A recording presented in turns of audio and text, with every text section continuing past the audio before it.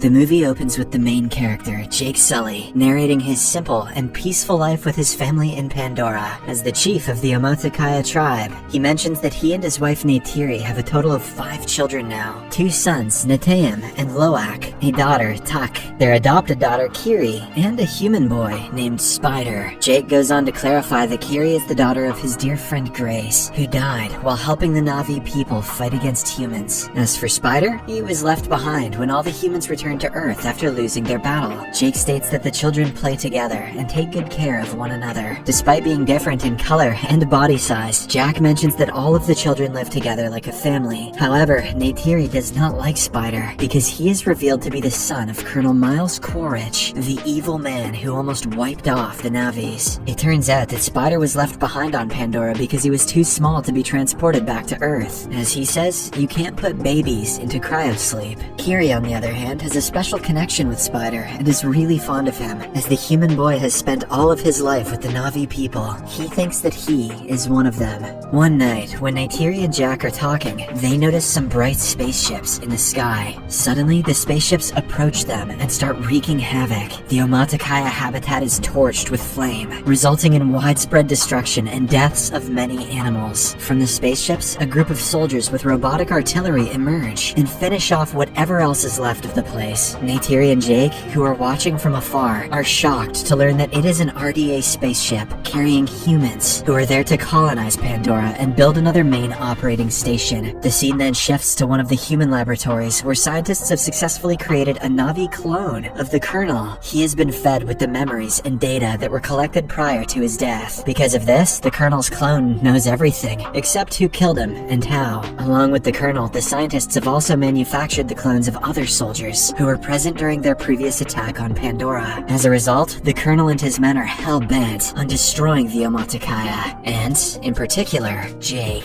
Meanwhile, in an attempt to ward off intruders, Jake leads a Na'vi army towards the RDA train supply lines. He successfully infiltrates it and manages to steal ammunition and food supplies. During this operation, one of his sons, Loak, does not listen to his orders and gets himself wounded. Jake scolds him and asks him to be more disciplined from here on out. On the other hand, the Colonel meets his senior, General Ardmore, who informs him about the Na'vi's flying partners called Scounds. They are currently attacking their helicopters and slowing them down. Hearing this, Quaritch makes a master plan to invade the forest, where they battled previously, and gather some information about them. Soon, he arrives at the forest along with his other companions. Unfortunately, Jake's children are also playing around in the same forest. Right then, the Colonel looks around the previous battlefield and discovers his robotic suit with his remains still inside. All of this is observed by Loak, and he immediately contacts his father with the help of a voice transmitter around his neck. Jake listens to this and suggests that Loak stay away from them and leave the place quietly. He and Neytiri then fly toward the forest to check on their children's safety. Sadly, when Loak and his siblings try to flee, they are captured by the humans. The Colonel takes a closer look at their fingers and gets to know that they are his arch-rival's children. Just then, Neytiri and Jake arrive there and attack the soldiers. They manage to free most of their children, but not Spider. The boy is unfortunately taken away by the evil humans. Later, when the Colonel asks Spider his name, he quickly understands that he is his son.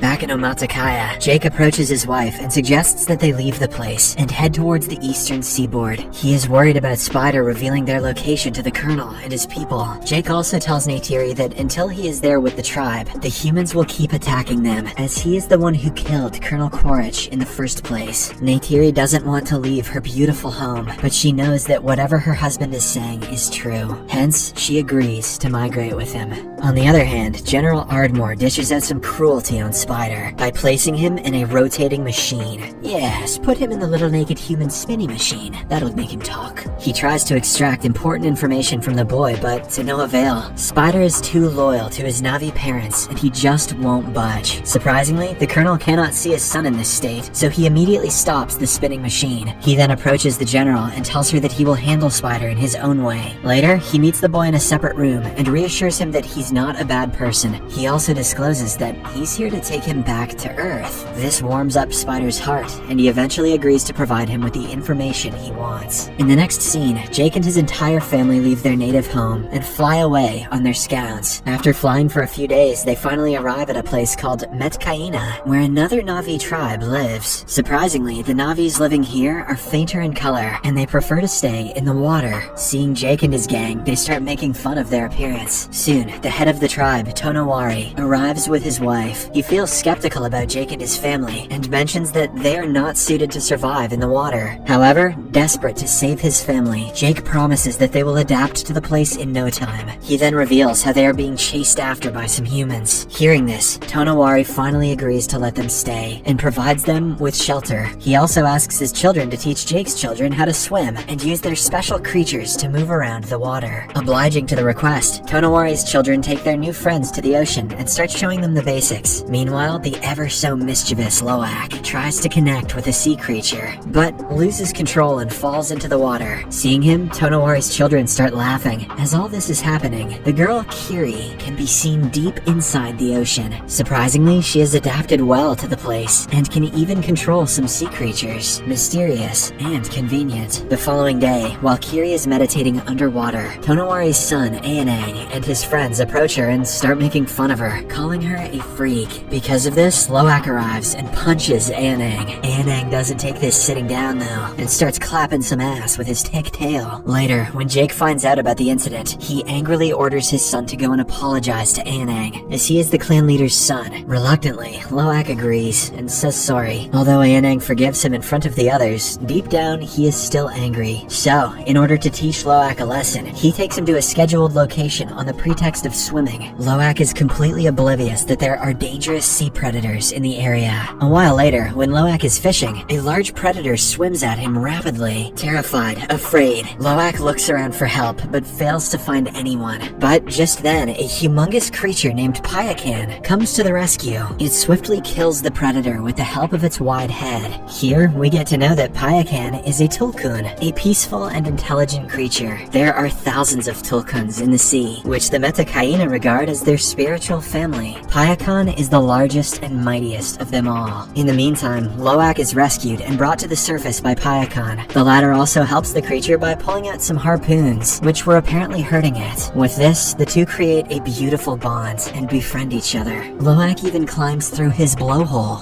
It's disgusting. Later, when Loak reaches land, he is called up by Tonowari. The strict leader has found out about his son's shenanigans and wants Aonang to apologize. However, the selfless Loak accepts responsibility for his actions and lies that Aonang had nothing to do with it. This finally makes Aonang understand that the new Na'vis are not so bad after all. After some time, Loak reunites with his brother and friends and explains how Payakan saved his life. To his surprise, no one believes him. Instead, they reveal that Payakan is a killer, and that's why it was abandoned by the other Tulkuns. On the other hand, Spider briefs the Colonel about some Na'vi culture and takes him to the Hallelujah Mountains to select a scout for him. At first, the Colonel struggles, but soon he gets the hang of it and flies around. Shortly after, he also gets information about Jake's possible location and heads towards the Metkaina Reef with his army. On arriving, he confronts some of the Zoras and inquires if they know Jake. When the Na'vis say no, the evil humans kill one of them and also burn their houses. Despite this, the Na'vis stand by their statement. Left with no options, the Colonel signals his team to go for Plan B. Now he wants to kill the Tulkuns in large numbers, hoping that this will finally draw out Jake.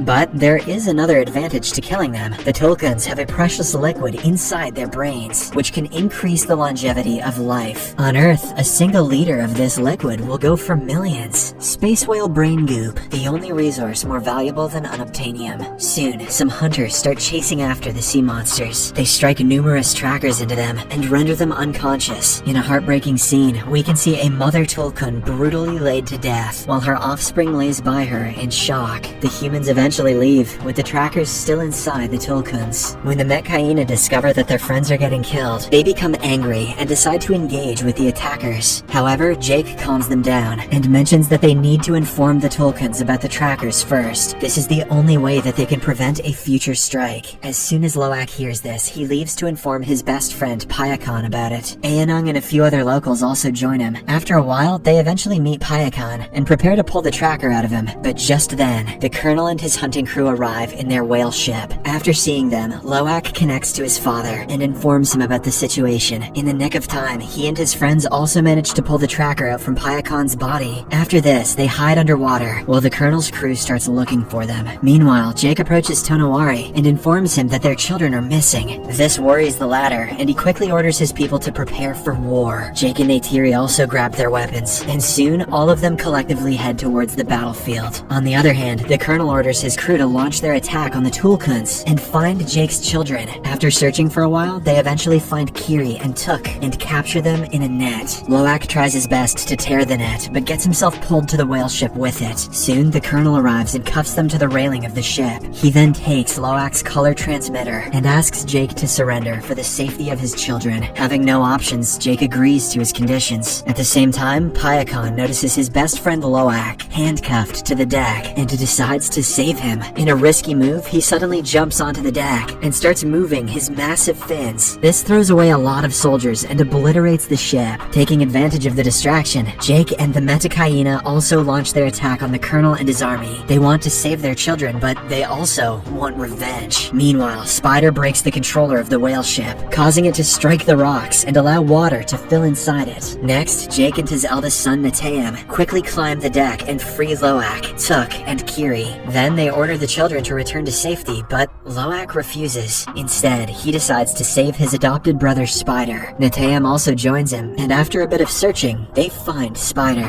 When they are about to leave the ship, the colonel notices them and opens fire. Unfortunately, Neteyam gets hit by one of the bullets and is severely injured. Loak and Spider immediately take him to the shore to their mother, but because of the excessive blood loss, he passes away. Seeing her son die right in front of her eyes, Neytiri starts crying and screaming loudly. Meanwhile, the evil colonel manages to capture Kiri and Tuk using his scown. He later connects with Jake and reveals that both his two daughters are with him. After getting this information, Jake somehow calms Neytiri down and persuades her to join him and save their daughters. The latter obliges, and filled with rage, she calls her scown, grabs her bow and arrows, and goes flying towards the ship. Soon, Jake approaches the ship and causes an explosion, killing the colonel's men. Neytiri also arrives there and starts shooting arrows at the remaining humans, killing them all instantly. Meanwhile, Jake finds his little daughter, Tuk, and frees her. But at the same time, the colonel also shows up. He is holding Kiri at knife point. He threatens Jake to put down his weapons, and the latter reluctantly does so. In the meantime, a vengeful Neytiri captures Spider and threatens to kill him. At first, the colonel mentions that he has no relationship with Spider, but when Neytiri makes a small cut in the boy's chest, he immediately leaves Kiri. With this, Neytiri and her family prepare to leave, but the colonel mentions that he will again hunt Jake down and kill him. Later, Jake realizes that he needs to eliminate the colonel to live a peaceful life. Hence, he returns to the battlefield. This time, the arch rivals fight each other in an old-fashioned fist fight. It is a brutal one, and the two match each other stride for stride. But in the end, it is our hero Jake who prevails. He manages to wrap his arms around the colonel's neck and knock him unconscious. Jake assumes that he is dead and lets him drown in the water. Unfortunately,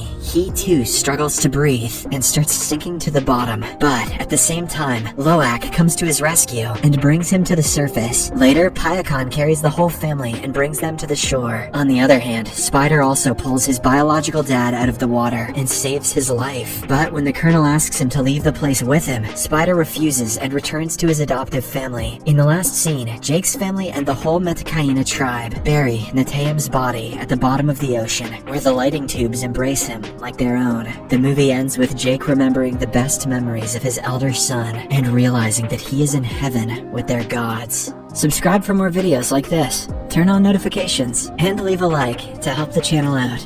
Thank you for watching.